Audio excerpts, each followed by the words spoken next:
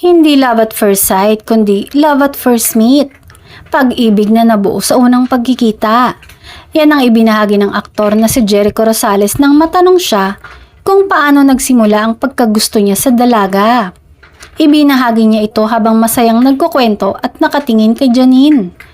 Nakakakilig nga itong si Jericho dahil talagang nakatitig siya kay Janine habang kinukwento ang mga pangyayari. Nagsimula ang love story ni na Jericho at Janine nang ayain ng aktor ang dalaga na magkita para magkape at talakayan ng script para sa Lavender Fields, kung saan gaganap sila sa mga karakter ng isang mag-asawa. Saad pa ni Jericho, sino ba namang hindi mai-inlove sa kanya? Kitang-kita din sa mga mata ng aktor kung gaano kalalim ang nararamdaman niyang pagmamahal sa dalaga. Komento nga ng iba ay halatang mahal nila ang isa't isa kung kaya't bakit hindi pa sila magpakasal.